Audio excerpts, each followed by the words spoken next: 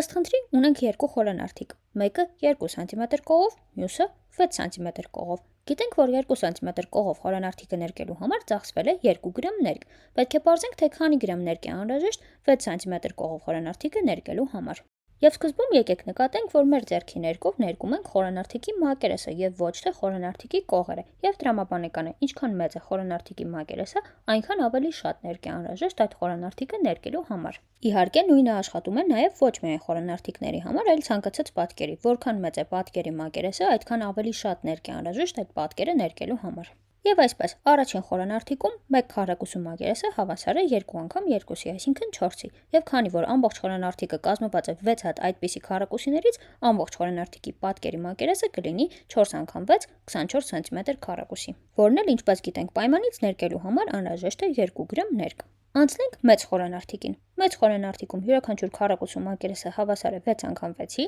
36, եւ կրկին ունենք 6 հատ այդպիսի քառակուսի։ Ընդհանուր մակերեսը 36 անգամ 6 316 սմ քառակուսի, որն էլ մյուս կողմից իր մեջ պարունակում է 9 հատ 24 սմ քառակուսի։ Հետևաբար այն ներկելու համար էլ անհրաժեշտ կլինի 9 անգամ 2 18 գրամ ներկ։